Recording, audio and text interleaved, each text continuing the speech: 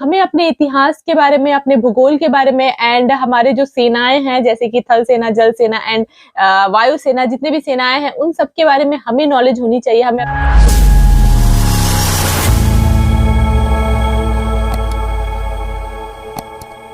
जय हिंद। सबसे पहले एक वार्निंग भैया, पाकिस्तान के लोग इस वीडियो को न देखें तो ही अच्छा है, क्योंकि इस वीडियो में हम बताएंगे कि कैसे हमारे भारत के वीर सिपाहियों ने 2 सैनिकों ने मिलकर पाकिस्तान के 93,000 फौजियों को घुटने टेका दिया था और दुनिया का सबसे बड़ा हार हुआ था और भारत के 2 सैनिक मारे गए थे लोंगेवाला में। हम इस वीडियो में बताएंगे कैसे PNS गाजी को डुबा दिया गया। ये भी बताएंगे कि चाइना पाकिस्तान का इतना बड़ा दोस्त बनता है लेकिन 1971 में क्यों नहीं बचा पाया, न चाइना बचा पाया और ना ही अमेरिका बचा पाया। इस वीडियो में हम A to Z बातें करेंगे। अगर आप इस वीडियो को कंप्लीट देख लेते हैं तो कोई भी पाकिस्तानी की हैसियत नहीं होगी कि आपसे आंखें मिला सके, इसलिए इस वीडियो को देखते रहिएगा। यदि आप राष्ट्रवादी, अगर आप भारतीय हैं तो ही इस वीडियो को देखें। पाकिस्तानी और बाहर के चाइनीज वगैरह लोग इस वीडियो को ना देखें, ये उनके लिए एक तरह का वार्निंग है, क्योंकि इसमें हम भारतीय सेना के हर उस वीर गाथा को बताएंगे जो एक हर भारतीय सुनना चाहता है। A to Z उस बातों को बताएंगे।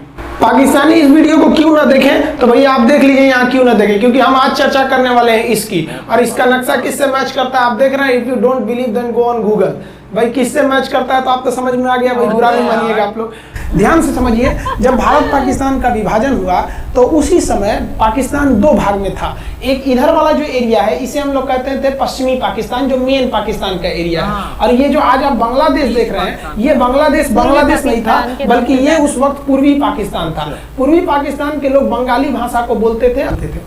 पाकिस्तान के लोग इन लोगों को बड़ा भद्दे मजाक करके बोलते थे, कहते तुम लोग गधे हो, कुछ नहीं जानते हो, किसी काम लायक नहीं हो, यूजलेस हो लोग, तुम लोग छोटे हो, काले हो, मतलब उल्टा सीधा मजाक कर रहे थे। पश्चिमी पाकिस्तान के लोग इधर के लोगों को पसंद नहीं करते थे। हो गया नहले पे दाला 1970 में। 1970 में इस पूर्वी पाकिस्तान के शेख मुजीबुर रहमान चुनाव जीत गए और वो यहाँ के प्रधानमंत्री के पद के चुनाव जीत गए। अब यहाँ की आर्मी ने क्या किया, उनको शपथ ही नहीं दिला रहे थे। इसलिए 70 के चुनाव जीतने के बाद शेख मुजीबुर रहमान जब देखे कि ऐसा है तो उन्होंने अपना भाषण दिया 7 मार्च को और कहा कि अब हम इस पूर्वी पाकिस्तान को एक अलग देश बनाएंगे जिसका नाम रहेगा बांग्लादेश। इस भाषण की वजह से आर्मी ने, पाकिस्तान की आर्मी ने 25 मार्च 1971 को गिरफ्तार करके अब पश्चिमी पाकिस्तान में अरेस्ट करके बंदी बनाकर रख दिया और यहाँ पर जुल्म करना चालू कर दिया। कहां पर भाई, तो पूर्वी बंगाल में, पूर्वी पाकिस्तान में, पूर्वी बंगाल में नहीं, पूर्वी पाकिस्तान में इन्होंने जुल्म करना चालू कर दिया। शेख मुजीबुर रहमान के गिरफ्तारी के विरोध में यहाँ मुक्ति वाहिनी नाम कर एक विद्रोही गुट तैयार हो गया था। लेकिन पाकिस्तान के, पश्चिमी पाकिस्तान के लोगों ने इस पूर्वी पाकिस्तान पे इतना भयानक जुल्म किया कि इस पूर्वी पाकिस्तान में इस पश्चिमी पाकिस्तान के लोगों ने यहाँ पर 30 लाख लोगों को कटवा दिया। 30 लाख लोगों को कटवा दिया। 4 लाख महिलाओं का बलात्कार कर दिया।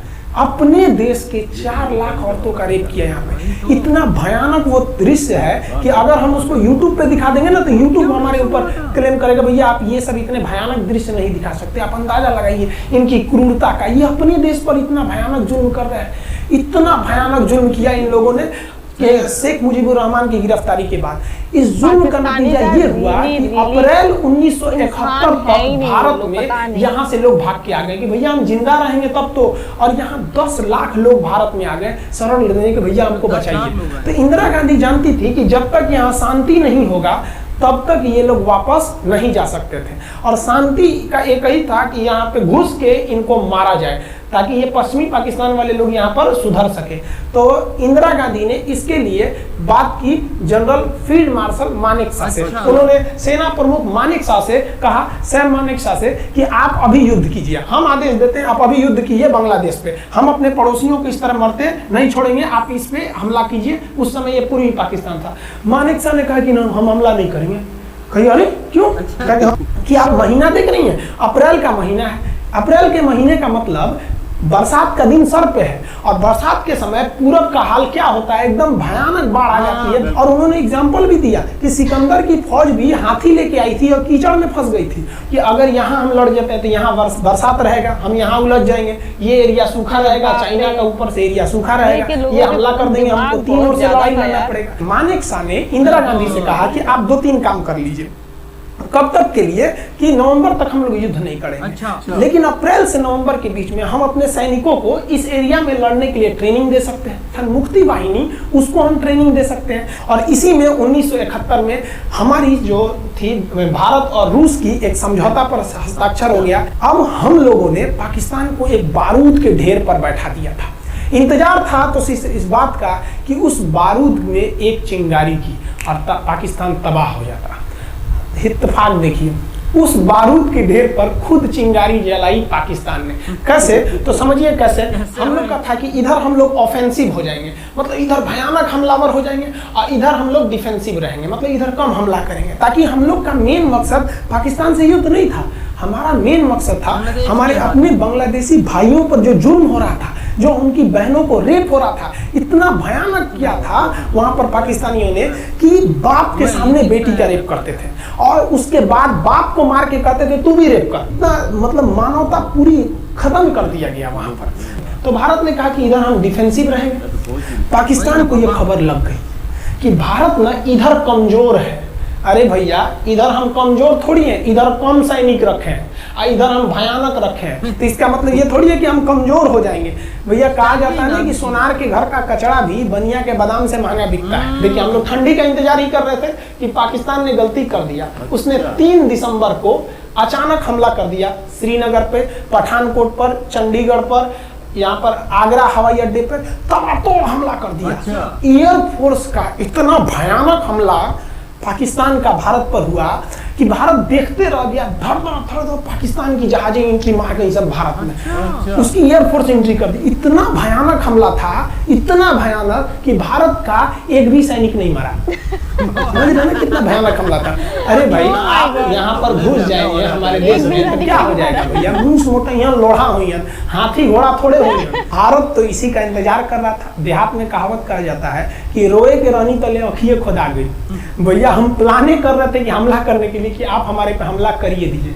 अब विश्व का भी दबाव नहीं आएगा हमारे ऊपर कि भैया हमला तो आपने किया है, अब हम लोग छोड़ेंगे नहीं। भारत एकदम दृढ़ निश्चय कर लिया। इसी बीच पाकिस्तान को एक खतरनाक खबर लग गई। क्या थी खबर भाई? तो देखिए, पाकिस्तान को खबर लगी कि भारत की ज्यादातर फौज इस पूर्वी पाकिस्तान की ओर डिप्लॉयड है। और यहाँ राजस्थान के जैसलमेर जिला में एक जगह है लोंगेवाला। उस लोंगेवाला में केवल और केवल 120 फौजी हैं। और अगर पाकिस्तान ने सोचा कि 120 फौजियों को हम रातों रात मार देते हैं तो उस समय एयरफोर्स रात में लड़ाई नहीं कर सकती थी, इसलिए इन्होंने लोंगेवाला में एंट्री मार दी। पूरी भयानक टैंक लेकर, फौज लेकर, इन्फेंट्री लेकर, और उसको वो लोग लोंगेवाला में घुसने के लिए चल रही है। और लोंगेवाला में भारत के पास केवल 120 सिपाही, केवल 120, और उन पर वो हजारों की संख्या में टूट पड़े। लेकिन घबराना नहीं चाहिए, क्योंकि चींटियां तादाद में कितनी भी क्यों ना हो जाए, गन्ना घसीट के नहीं ले जा सकती हैं। लोंगेवाला में जो ड्यूटी थी उस समय कुलदीप सिंह चांदपुरी जी का। कुलदीप सिंह चांदपुरी सरदार हैं, आप देखे होंगे बॉर्डर मूवी में इनका रोल सनी देओल ने किया है। अब ये कुलदीप सिंह, ये भैया पंजाबी सिख, अब ये लोग 1.25 लाख से नीचे कुछ सोचते ही नहीं है। चिड़िया नू में बाज लड़ावा, गिदड़ नू में शेर बनावा, और 1.25 लाख नू एक लड़ावा, तब गोविंद सिंह नाम रखावा। खबर आया कि आपसे जो लड़ने आ रहे हैं ना पाकिस्तान की ओर से, वो ब्रिगेडियर तारिक मीर आ रहा है। उसके पास टैंक है, 2800 फौज है, बहुत ही तेज रफ्तार से आ रहा है। 2800, आपके पास केवल 120।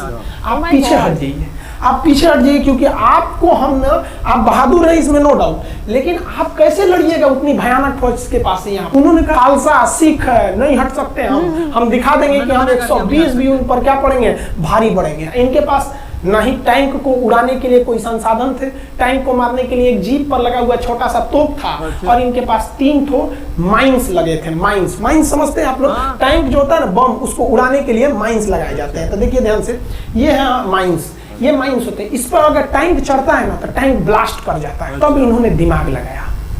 इन्होंने क्या किया, जो खाली रेगिस्तान था ना, उसमें ना आगे की ओर 3 ठो ओरिजिनल माइंस को लगा दिया। और जो खाना खाने वाला टिफिन होता है ना, 4 खंडे वाला, इसे उस टिफिन को इन लोगों ने रातों रात ना बिछा दिया, ऐसे लाइन से, देखिए लाइन से। पाकिस्तान की टैंक आई तो शुरुआत में तो भैया ओरिजिनल माइंस था, धड़ाम से लगा, पाकिस्तान की टैंक उड़ गई।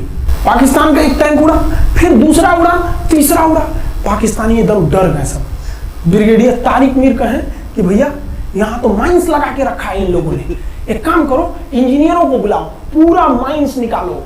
अब ब्रिगेडियर जो हमारे मेजर कुलदीप सिंह थे, ये जानते थे कि बाबू अगर हम तुमको रात भर रोक दिए ना तो सुबह हमारी एयरफोर्स आएगी, तुमको जिंदा नहीं छोड़ेगी। इसलिए इन्होंने पूरा टिफिन बिछाया था। इन पाकिस्तानियों ने 6 घंटे लगा दिए उनको निकालने में। इंजीनियर आते थे तो डर के मारे टिफिन निकालते थे, सॉरी बाप रे बाप, और टिफिन में ईंटा पत्थर भर देते थे और डर के ले जाते थे, भागो भागो भागो, माइन से। इसको लगाते लगाते इन लोगों ने पूरी रात बिता दी। 3 बज गया। 3 बजे इनको पूरा सन्नाटा दिखा कि भैया ये तो टिफिन है, ये रेगिस्तान में तो टिफिन है। अब उन्होंने कहा कि आदेश दिया कि हमला करो। तो कुलदीप सिंह जो थे चांदपुरी, उन्होंने बालू के बीच में ऐसे गड्ढे बना रखे थे। हाँ, और अपने फौजियों को 2 किलोमीटर एरिया में बिछा दिया, उधर एक इधर एक इधर, तो चारों ओर से फायरिंग होती थी। पाकिस्तानियों को लगी ना कि भैया हमको गलत इंफॉर्मेशन मिल गया है, 120 गो मिल के ऐसे थोड़े मारेगा सब। सोच रहा उधर से गोली, इधर से गोली, धड़ाधड़ बम, गोला हम सब चल रहा है यहाँ पर। इतना भयानक कहीं कोई 120 आदमी मिल के ऐसे मारता है? नहीं भाई, इतना भयानक सुनसान एरिया में कहां से कौन मार रहा है? एकदम तबाही मचा दिया। कुलदीप सिंह चांदपुरी ने क्या तबाही मचाया था, आप देखना चाहते हैं तो देखिए उन लोगों ने क्या तबाही मचाया था। ये है पाकिस्तान का टैंक, ये धज्जी उड़ गया था टैंक का, थूर थूर तोड़ दिया इसका यहाँ पे। ये देखिए टैंक का, पाकिस्तानी देख रहे हैं कि भैया सब चक्का होका फेंका गया। बताइए ये चांदपुरी साहब कैसा करना चाहिए? ये कोई वीडियो गेम खेल रहे हैं, मार के धज्जी उड़ा दिया। अरे पाकिस्तान बच्चा है, अपने बच्चा है, बिगड़ गया, आराम से मारिए। इसे एकदम धज्जी उड़ा दिए हैं बेचारा सबको। पाकिस्तान के टाइम को धज्जी उड़ा के उस पे भारतीय सैनिक खड़ा होकर फोटो खिंचवा रहा था। फोटो खींच, उस समय सेल्फी नहीं था ना, आगे से फोटो खींचना, फोटो खींचे यहाँ पे, आने वाली पीढ़ियों को ये प्रेरणा दे। बताइए इतना सुंदर गाड़ी लेके आया था पाकिस्तान मारने के लिए। हाँ बेचारा ऐसे मारा जाता है? हाँ अरे ब्रिगेड मेजर साहब आप भी, बच्चा है, बच्चा को थोड़ा आराम से मारिए। देखिए इसका थोबड़ा बिगाड़ दिया गाड़ी का। फुल और एंटरटेनमेंट है भाई। ऐसे नहीं मारना चाहिए, लेकिन क्या कीजिएगा, बच्चा बिगड़ जाता है तो धोना ही पड़ता है। ये हाल कर दिया रात भर। सोचिए रात में इतना बुरा मारा, दिन में दिखता तो पूछ डाल रहा पूरा। एकदम भयानक तबाही मचा दिया मेजर कुलदीप सिंह चांदपुरी ने। इनका आगे कौन खड़े थे? ब्रिगेडियर पाकिस्तान के ब्रिगेडियर साहब को कहने लगी भैया ये तो बहुत बुरा मार रहा है सब। तब तक हो गया सुबह। और सुबह के वक्त हमारे जो हंटर जहाज थे, उस समय जो जहाजें थी वो हंटर जहाज थी। अच्छा। ये हंटर जहाजें रात में नहीं उड़ सकती थी। अच्छा। लेकिन दिन में उड़ सकती थी। रात भर तक कुलदीप सिंह चांदपुरी ने ऐसा कूचा पाकिस्तानियों को, इतना कूच दिया कि भोर हुआ तो बाकी का कसर पूरा कर दिया हमारे हंटर विमान। ये हंटर विमान जब आए सब तो इतना भयानक तबाही मचाए सब पाकिस्तान के जहाजों का कि आप हुलिया देखेंगे ना, पाकिस्तान के टैंक का ऐसे पड़ गया, टैंक पूरा तबाह हो गया, पूरी तरह ध्वस्त हो गया। इतनी भयानक युद्ध। 3 तारीख को पाकिस्तान ने हमले की शुरुआत की और ये 4 तारीख का शकल देखिए पाकिस्तान का। इतना भयानक धज्जी उड़ा दिया पाकिस्तान का जिसका कोई हद नहीं। पाकिस्तानियों को दुम दबा के भागना पड़ा। ब्रिगेडियर साहब भागे, कहें कि भाग भैया न तो ये सब जान ले लेगा सब। हम लोगों ने पाकिस्तान के टैंकों को अपने यहाँ रख लिए हैं म्यूजियम में। आज भी जाके देखिएगा ना तो इन टैंकों को डर के मारे पाकिस्तानी छोड़ के भाग गए कि भागो भाई यहाँ पर। ये 120 जवानों का जलवा था। और पाकिस्तानी कहते हैं कि हिंदुस्तान के लोग क्या लड़ेंगे? अरे भैया हम चीन पे वीडियो बनाए थे, आप पे नहीं बनाए थे, जो आप लोग हम लोग को बोल रहे थे कि पाकिस्तान हिंदुस्तानियों की औकात नहीं। देखिए अभी हम आपको औकात दिखाते हैं। ये आपका टैंक है, आके ले जाइए, हिम्मत है तो लेके जाके दिखाइए। हाल तो ये हो गया था ना कि हम लोगों ने जो पाकिस्तानियों की जान ली थी ना, डर के मारे वो लाश उठाने नहीं आए थे, लाश को गिद्ध खा गए थे सब। हम लोग बोल रहे थे कि भैया हम गोली नहीं चलाएंगे, लाश लेके चल जाओ। हम नहीं जाएंगे, तुम लोग रेगिस्तान को कब्रिस्तान बना दिए, रेगिस्तान को कब्रिस्तान। हम लोग हमला करने आए थे, शुरुआत तो तुमने किया था यहाँ पे। तो ये गिद्ध खाए थे सब, सफाई उफाई का काम ये किए थे सर। अब पाकिस्तान हम लोग को धमकी देता है, आज भी वो नहीं सुधरे हैं। आज भी हमने जो चाइना पे वीडियो बनाया था उस पर वो हमको धमकी देता है कि भारत की आर्मी कुछ नहीं कर सकती। अरे भैया आप सोचिएगा भी मत, अभी के समय में तो मत सोचिएगा। जानते हैं क्यों? देख लीजिए इधर अभी कौन बैठा है भारत में, समझ में आ रहा है? मोदी जी। आप लोग तो पहले पाकिस्तान वाले लोग इस बात पर रिसर्च कीजिए कि इनमें ज्यादा खतरनाक कौन है आपके लिए। दोनों है। हमको तो यही ज्यादा खतरनाक लगते हैं भाई, समझ में आप लोग को? तो अभी देखिए ध्यान से, यहाँ पर पाकिस्तान ने जो हार हुई थी लोंगेवाला में, ये हार में पाकिस्तान की तो कमर टूटी और पाकिस्तान का पूरा मनोबल टूट गया कि ससुरा 120 गो मिल के ऐसे कैसे धो दिया सब। बताइए इतना भयानक धोया जाता है। तो ये शुरुआत तो इन्होंने किया 3 तारीख को, 4 तारीख को हमने धो दिया। अब बचा नेवी कहे कि भैया आर्मी को मौका दिए, एयरफोर्स को मौका दिए, रात में आर्मी धोई, सुबह में एयरफोर्स धोई, हम नहीं धोएंगे क्या? हम भी धोएंगे। नेवी कब पहुंची? 5 दिसंबर 1971 को कराची पहुंच गई। और कराची में जब पहुंची ना तो कराची को तबाह कर दिया। इतना भयानक बमबार्डमेंट किया कराची पर कि कई दिन तक कराची बंदरगाह पर आग लगा था। और कराची बंदरगाह को तो उन्होंने ऐसा धज्जी उड़ाया जिसे लग रहा था सिंधु सभ्यता बना दिया उनको। तो पाकिस्तान की, पश्चिमी पाकिस्तान का कमर टूट गया। पाकिस्तान वालों ने कहा कि ससुरा सब बोल रहा था सर कि हम इधर डिफेंसिव है, यानी ज्यादा हमला नहीं करेंगे, ज्यादा हमला इधर करेंगे। ससुरा इधर कैसे मार रहा होगा सब, अभी इधर भी बताते हैं कैसे मारा सब। ये कराची पहुंच गया, आप देखेंगे क्या हाल किया था सब कराची पे। कराची में जब मारा गया था ना इन पाकिस्तानियों को, तो ये पाकिस्तानी भाग गए थे सब ग्वादर में।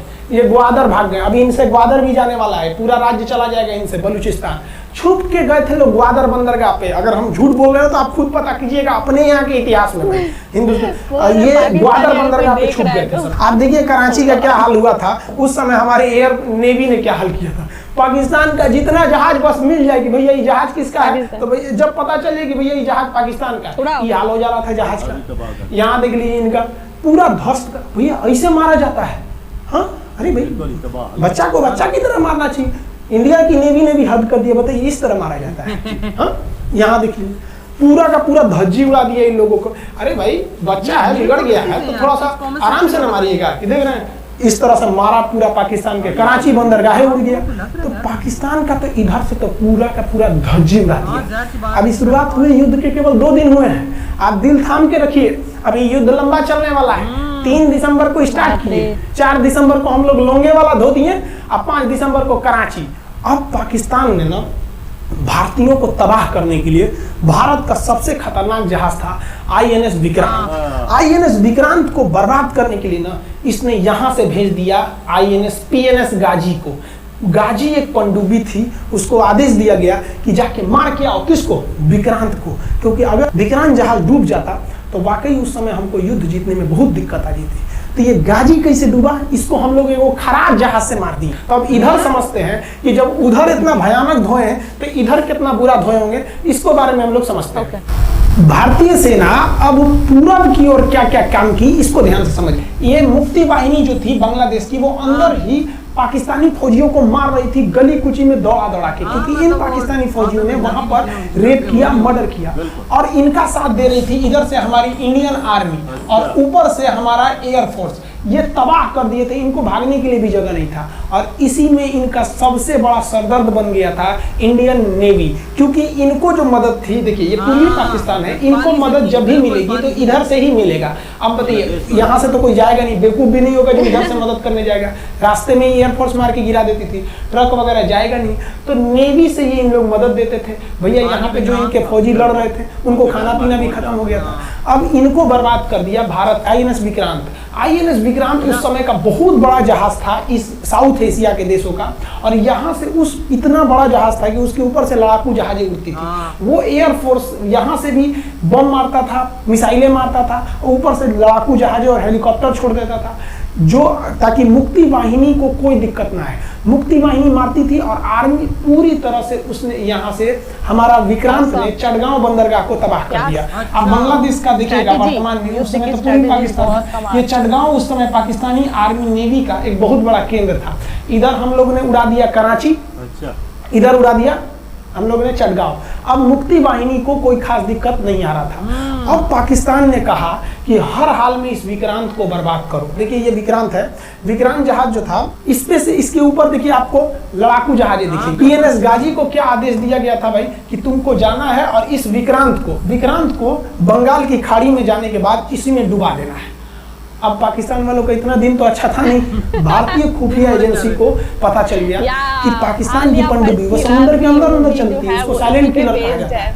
पाकिस्तान की पनडुब्बी चल दी है पश्चिमी पाकिस्तान से बंगाल की खाड़ी की, ये अरब सागर से बंगाल की खाड़ी की ओर चल दिया। अब विक्रांत को बचाना हर हाल में जरूरी था, इसलिए हम लोग विक्रांत को छुपा दिए, मतलब थोड़ा सेफ्टी दे के रखने लगे। और इस पीएनएस गाजी जो था, पीएनएस गाजी को देखेंगे, पीएनएस का मतलब था पाकिस्तानी नेवल शिप, पीएनएस गाजी, ये मारने आ गया किसको? विक्रांत को। इस पीएनएस गाजी को अगर कोई मार के डुबा सकता था तो वो था आईएनएस राजपूत। अच्छा। लेकिन ये जो आईएनएस राजपूत आप इमेज में देख रहे हैं, ये उस समय समस्या क्या था इस आईएनएस राजपूत के साथ, क्योंकि इसके इंजन में कुछ खराबी आ गई थी और ये बिगड़ गया था, और बिगड़ के इसको विशाखापट्टनम पे बनाया जा रहा था, रिपेयर किया जा रहा था, इंजन ही गड़बड़ हो गया था। तो भारतीयों का यहीं पे दिमाग काम आया, भारतीयों ने सोचा क्यों ना हम पीएनएस गाजी को खुद बुला के लाए, कहां पर? विशाखापट्टनम पे। अच्छा। तो लोगों ने कहा कि भैया ये आएगा विशाखापट्टनम में, क्या आईएनएस राजपूत हमको मार दो। कहा कि नहीं, देखिए कैसे आएगा। भारतीयों को पता था कि हिंदुस्तान में पाकिस्तानियों के कुछ ना कुछ जासूस होंगे और वो पाकिस्तान को पल पल की खबर दे रहे थे। भारतीयों ने क्या किया, आईएनएस विक्रांत के जितने भी अधिकारी थे उनसे कहा कि आप लोग अपने अपने घर फोन कीजिए कि हम विशाखापट्टनम आ रहे हैं, तुम लोग हमको छुट्टी मिला है, विशाखापट्टनम में 10 दिन रुकेंगे, हमारे लिए तुम लोग खाना पीना अच्छा से बनाओ। लड़कों से उन लोगों को खबर खिला दिया। विशाखापट्टनम में जितने मछुआरे थे उनको कहा गया कि आप लोग हट जाइए, बहुत बड़ा जहाज आने वाला है, बहुत बड़ा जहाज विक्रांत आ रहा है, यहाँ पे आप लोग खाली कर दीजिए, आईएनएस विक्रांत आ रहा है। यहाँ पर क्या किया गया, ऑर्डर दिया गया, बहुत सारे फल सब्जी अंडा ब्रेड, कि भैया ये इतने बड़े जहाज के लिए जा रहा है, 6 महीने का खाना चाहिए। ये खबर आग की तरफ फैल गई पाकिस्तानियों को। अब पाकिस्तान में खबर लग गई कि भैया आईएनएस विक्रांत यहाँ नहीं है, आईएनएस विक्रांत विशाखापट्टनम पे है। अरे बकलोलो, विशाखापट्टनम पर पीएनएस गाजी की मौत यमराज इंतजार कर रहा था, आईएनएस राजपूत। ये गधा जो था पीएनएस गाजी, ये मुड़ गया किधर की ओर? विशाखापट्टनम की ओर। और विशाखापट्टनम पर चुपचाप शांति से खड़ा हुआ जहाज आईएनएस राजपूत इंतजार कर रहा था, तो पानी के अंदर अंदर आओ, ये अभी बाहर निकला हुआ है, पानी के अंदर रहती है। और आईएनएस राजपूत देखा कि ये आ रहे हैं, वो आईएनएस राजपूत को मारता कि इससे पहले ही आईएनएस राजपूत मार के तबाह कर दिया पीएनएस गाजी को। पीएनएस गाजी पर को डूबने के बाद पाकिस्तान को बहुत बड़ा सदमा लग गया। पाकिस्तान को यह एहसास हो गया कि अब हम कभी नहीं जीत सकते हैं, क्योंकि ये पीएनएस गाजी अमेरिका से खरीदा हुआ एक बहुत ही शक्तिशाली पनडुब्बी थी जिसे कोई डुबा नहीं सकता था, और हम लोगों ने उसको इस जहाज से डुबाया जो जहाज खराब हो चुका था, जिसका इंजन खराब था। भारतीय सेना का मोराल पूरे 7वें आसमान पर था और पाकिस्तानी दिन पर दिन बर्बाद हो रहे हैं। अब पाकिस्तानियों को लगा अब क्या करेंगे, तो पाकिस्तानियों ने अमेरिका में फोन किया, भैया आप कुछ कीजिए। तो अमेरिका ने ना यूएनओ में मुद्दा उठा दिया, यूनाइटेड नेशन ऑर्गेनाइजेशन, इसकी जो सिक्योरिटी काउंसिल है, सुरक्षा परिषद, इसमें कह दिया कि पाकिस्तान पर जुल्म कर रहा है, मार रहा है। तो रसिया उस समय हमारा साथ दिया, कहा कि तू देर जानता है जुल्म कर रहा है, भारत जो कर रहा है सही कर रहा है, हम इस प्रस्ताव के खिलाफ में वीटो करते हैं। वीटो अगर कोई देश, 5 देश को वीटो है, इस पर अलग चर्चा करेंगे, अगर किसी ने वीटो कर दिया तो प्रस्ताव रद्द हो जाता है। तो पाकिस्तान की एक और उम्मीद यहाँ पर अपना दम तोड़ दी। अब पाकिस्तान कहा अमेरिका से कि भैया आप ही हमको बचा लीजिए। तो अमेरिका ना पाकिस्तान की ओर से भारत पर हमला करने के लिए अपना सबसे खतरनाक जहाज भेज दिया, 7वां बेड़ा। देखेंगे 7वां बेड़ा को, अगर इतना भयानक था 7वां बेड़ा, ये अमेरिका का साथ अकेले चलता ही नहीं था, इतनी पूरी फौज के साथ, नेवी के साथ चलता था। ये किस लिए आया था? विक्रांत को डुबाने के लिए, और इसका साइज विक्रांत से डबल था, इसके आगे विक्रांत नहीं टिक पाता। अब इंदिरा गांधी भी टेंशन में रह गई, ले तब उस समय इंदिरा गांधी को याद आया कि भैया हमारा एक और तो हम समझौता करके आए हैं, अगर अमेरिका पाकिस्तान का साथ दे सकता है तो रूस से हम भी तो समझौता करके आए हैं। तो भारत ने रूस को कहा कि भैया अमेरिका इतना भयानक 7वां बेड़ा भेज दिया, आप हमारी मदद कीजिए। तो रूस ने कहा टेंशन क्या लेते हो, देखो हम बोलते हैं। रूस ने परमाणु पनडुब्बी भेज दी और रूस ने अपना 40वां बेड़ा भेज दिया। आप देखेंगे ये रूस का 40वां बेड़ा है। ये अपने भारी भरकम जहाजों के पूरे ग्रुप के साथ चल दिया, कहा कि चल भैया देखते हैं तुमको कौन मारेगा भारत को। और अमेरिका को सीधा कह दिया कि भैया विक्रांत पर अगर आपने हमला किया तो ये हमला हम रूस पर हमला मान लेंगे। यहाँ पर खड़ा था भारत का विक्रांत और उसकी सपोर्ट में खड़ा था रूस का 40वां बेड़ा। और अमेरिका रूस ने यमन से अपनी एयरफोर्स को भी कह दिया था कि भैया तुम भारत की देखभाल करना। तो भारत की सुरक्षा के लिए इतने लोग, और अमेरिका अपना 7वां बेड़ा लेके यहाँ मुंह देख रहा था, और ब्रिटेन ने भी अपने ईगल नाम के बेड़ा को भी भेज दिया था। तो ये दो लोग हमारे खिलाफ आ गए थे लड़ने के लिए। कितना, अब बताइए, हम लोग बांग्लादेश की भलाई सोच रहे थे, और अमेरिका का 7वां बेड़ा और रूस का ब्रिटेन का ईगल हम लोग के खिलाफ था, और हमारा अपना विक्रांत और रूस की एयरफोर्स और उसकी 40वां बेड़ा हमारे साथ थी। ये पूरी तरह से बाउंड्री बना दिया था 40वां बेड़ा। 40वां बेड़ा का कहना था कि भैया हमारे जहाज पर ऑटोमेटिक मिसाइल लगी है, तुम अगर इधर आओगे तो हम मार देंगे तुमको ऐसे ही। रूस ने अपनी सारी पनडुब्बियों को ऊपर उठा दिया समुद्र के ऊपर, ताकि सैटेलाइट से और दूसरी निगरानी से देखा जा सके, और यही हुआ भी। वो लोग रूस के इतने खतरनाक जहाजों के ग्रुप को देखकर घबरा गए, इतना घबरा गए कि ब्रिटेन ने कहा था we are too late. Britain का ईगल बेड़ा अमेरिका के 7वां बेड़ा से कर रहा है कि उधर मत जो, बहुत देर हो गया, वो पहले पहुंच गया रूस, अब मारेगा वहीं तबाह हो जाओगे यहाँ पे। तो 7वां बेड़ा ने धमकी दिया कि हमारे जहाज में परमाणु बम लदे हुए हैं।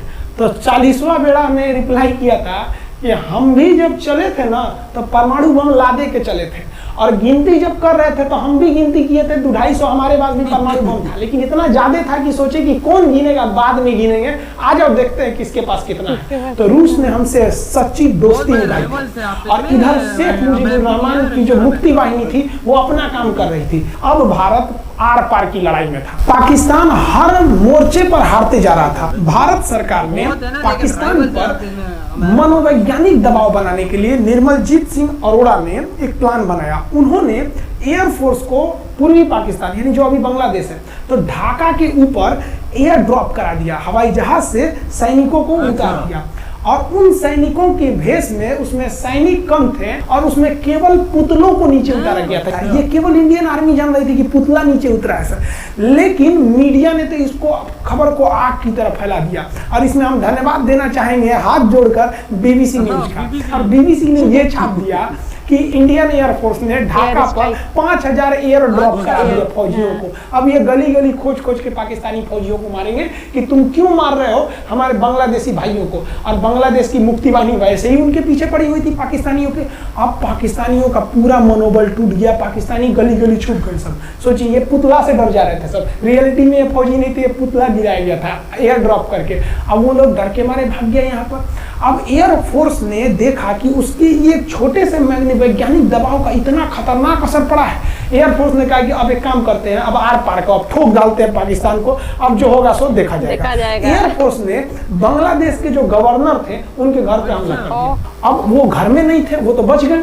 बचने के बाद डर क्या होता है, देखिए डर किसको कहा जाता है। जो उनके गवर्नर हाउस थे AH मलिक, इन्होंने त्याग पत्र दे दिया। भैया जिंदगी रहेगी तो बहुत नौकरी करती, डर के मारे त्याग पत्र दे दिए। सोचिए, गवर्नर, क्योंकि पाकिस्तान का एक राज्य ही तो था पूर्वी पाकिस्तान, जैसे हमारा एक राज्य है उत्तर प्रदेश, बिहार, महाराष्ट्र, वहां पे भी एक गवर्नर होते हैं ना, संवैधानिक हिसाब से गवर्नर मालिक होता है उस जगह का। त्याग पत्र दे दिए। सोचिए, ये डर था उनके अंदर। निर्मलजीत सिंह अरोड़ा जो लेफ्टिनेंट जनरल थे, जनरल तो हमारे मानिक शाह थे, लेफ्टिनेंट जनरल थे जिन्हें बांग्लादेश जीतने की जिम्मेदारी दी गई थी, मतलब उसे सुरक्षा करने की जिम्मेदारी दी गई थी।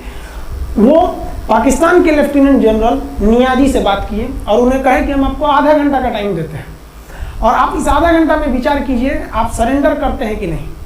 अगर आप सरेंडर कर देंगे तो हम आपको गारंटी देते हैं कि आपके सैनिकों को जिंदा रखा जाएगा, और अगर आप हमारी बात को नहीं मानेंगे, देखिए गवर्नर साहब के घर है, कोई ठीक नहीं है, आपके घर पे भी यही हो जाएगा। क्योंकि अगर आप हमारे सामने सरेंडर नहीं करिएगा तो याद रखिए हम अपने हमले को 10 गुना और तेज कर देंगे। और हाथ तो आप चारों ओर से गए हैं। भारत चाहता था कि जल्दी से जल्दी इस युद्ध को खत्म किया जाए, क्योंकि अब ये अंतर्राष्ट्रीय मैटर हो चुका था। अब अमेरिका अपना नाक पे ले लिया था कि भैया हमारा जहाज मार के गिरा दिया। PNS गाजी उसी की पनडुब्बी थी, वो तो पाकिस्तान को दिया। 7वां बेड़ा को नहीं घुसने दिया। तो अमेरिका की किरकिरी हो रही थी, ब्रिटेन के ईगल को घुसने नहीं दिया, उसकी किरकिरी हो रही थी। अब भारत को उस समय लोग कहते कि ये गरीब देश है, अभी अभी आज़ाद हुआ है, 1971 में हमारी यही हाल थी। और सारे लोग करे थे, उसको गरीब समझ रहे थे, रुआ के रख दिया अमेरिका को, हर जगह धो दिया पाकिस्तान को। अब बेचारे नियाजी क्या कर सके, नियाजी को आधे घंटे का टाइम दिया गया। 16 दिसंबर 1971, याद रखिएगा दिन, 16 दिसंबर 1971, ये हमारे इतिहास का 13 दिन के युद्ध में हमने पाकिस्तान को धूल चटा दिया, क्योंकि 3 दिसंबर को पाकिस्तान ने युद्ध स्टार्ट किया था और 16 दिसंबर हम लोगों ने जनरल नियाजी से आत्मसमर्पण करवा लिया।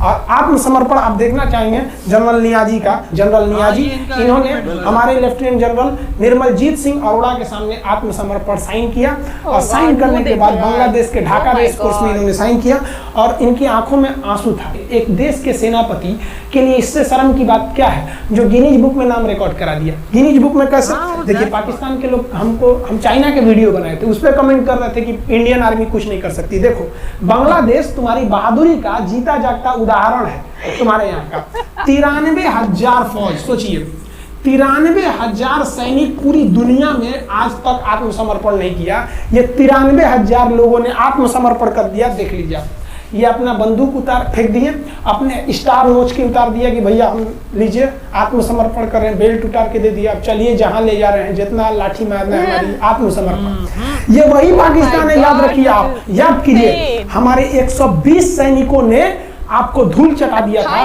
लोंगेवाला में। केवल 2 सैनिक मरे थे लोंगेवाला में, और पूरी की पूरी आपको भगा दिया था 4 दिसंबर को ही। और आप याद कीजिए, बहुत बहादुर बनते हैं ना, 93,000 फौज आपकी हार के गई है यहाँ से। इतना बड़ा हार दुनिया में आज तक कहीं का नहीं हुआ है। 93,000 सैनिक सरेंडर करके गए हैं भारत के सामने से। क्या बात कीजिएगा आप हमारे सामने। ये है गिनीज बुक में नाम है, ये तो है भैया पाकिस्तान की आर्मी, एक तरह से गिनीज बुक में नाम है ना जी। भले हारने से नाम है तो क्या हुआ, पाकिस्तान के लिए इससे खुशी की बात क्या हो सकती है कि भैया गिनीज बुक के नाम है। अब इन लोगों को जेल में बंद कर दिया गया, बाद में हम लोगों ने इन्हें छोड़ भी दिया था। और इस सरेंडर के बाद बांग्लादेश की जो मुक्ति वाहिनी थी, उसके चेहरे पर ये मुस्कान थी कि बांग्लादेश अब स्वतंत्र हो गया। ढाका इंदिरा गांधी का स्टेटमेंट था, ढाका स्वतंत्र राजधानी है स्वतंत्र बांग्लादेश की। ये खुशी थी बांग्लादेशियों के चेहरे पर, जिनकी बहनों की इज्जत आबरू लूट ली गई थी उन्हीं देश की फौजियों के द्वारा। ये जो नियाजी थे, जब इन्हें लेफ्टिनेंट गवर्नर बना के भेजा गया था बांग्लादेश में, तो ये नहीं पूछे थे कि बांग्लादेश का स्थिति क्या है, ये पूछे थे कि जिन लड़कियों का रेप हुआ है वो कहाँ है, सब दिखाओ तो, मतलब ये भी जाके करेंगे। ये हाल था, ये इनके चेहरे पे मुस्कुराहट थी। बाद फिर मुजीबुर रहमान को पाकिस्तान से स्वतंत्र कराया गया। भारत ने जो अपना वादा किया था कि शेख मुजीबुर रहमान को स्वतंत्र करेंगे, बांग्लादेश को स्वतंत्रता दिलाएंगे, उनके अधिकारों के लिए लड़ेंगे, भारत ने अपने वादा को पूरा किया। आज शेख मुजीबुर रहमान की बेटी शेख हसीना बांग्लादेश की कमान संभाले हुई है। शेख हसीना, जब हमको याद है जब वो भारत आई थी तो एयरपोर्ट पे, तो मोदी जी एयरपोर्ट पर रिसीव करने गए थे, जबकि ऐसा नहीं होता है। शायद ही बांग्लादेश की प्रधानमंत्री को पूरी दुनिया में कोई बड़े देश का राष्ट्रपति रिसीव करने जाए, प्रधानमंत्री रिसीव करने जाए। तो भारत अपने पड़ोसियों का इतना ख्याल रखता है, चाहे वो नेपाल हो, भूटान हो, सबके साथ। अभी हाल फिलहाल में नेपाल के लोग थोड़ा गुस्सा हैं लिम्पियाधुरा काला पानी को लेके, लेकिन ऐसा नहीं है कि हमारा नेपाल के साथ कोई खराब रिश्ता है। हमारा नेपाल के साथ रोटी और बेटी का रिश्ता है। बांग्लादेशियों के साथ हमारा बहुत ही अच्छा संबंध रहा है। आज हमारे बांग्लादेश के साथ बहुत ही मधुर संबंध है। और बांग्लादेश को जो पाकिस्तान के लोग कहते थे ये किसी काम लायक नहीं है, ये वाले भाई लोग पाकिस्तान से आगे निकल गए। आज इनका मलमल का कपड़ा, जूट और पाम ऑयल पूरी दुनिया में। ओके, पहले बात तो बहुत वीडियो इमोशनल था। दूसरी चीज़, मैं कभी भी, अगर आप लोगों ने नोटिस किया होगा तो मैं मेरी फैमिली के बारे में कभी भी जिक्र नहीं करती हूँ। मेरे डैडी खुद एक आर्मी मैन थे, ठीक है, और ये जो बांग्लादेश की लड़ाई है उसके अंदर ही डैड थे, ठीक है। आज डैड है नहीं, और जब वो बोल रहे थे ना, ठीक है, जब बता रहे थे 120 सैनिक ये सब, तो उसके अंदर मेरे माइंड में ये चीज़ आ रही थी कि डैडी भी उनके बीच में ही थे कहीं एक, बिकॉज उस टाइम पर तो मैं पैदा भी नहीं हुई थी। लेकिन आज जब मैं बहुत छोटी थी तब मुझे ऐसे अभी भी सपने की तरह याद है, मैं डैडी जी आपने कोई लड़ाई लड़ी थी, तब डैड ने कहा था बांग्लादेश को हमने ही तो आजाद। हम लोग जंग आ रहे थे, 93,000 सोल्जर हमारे हुए थे। इन्होंने जो बातें बोली है सही बोली है, ये तारीख में लिखी हुई है। इंडिया, इनकी बात भी ठीक है, इंडिया अपने पड़ोसियों का बहुत ख्याल रखता है, लेकिन पड़ोसी इंडिया का नहीं रखते।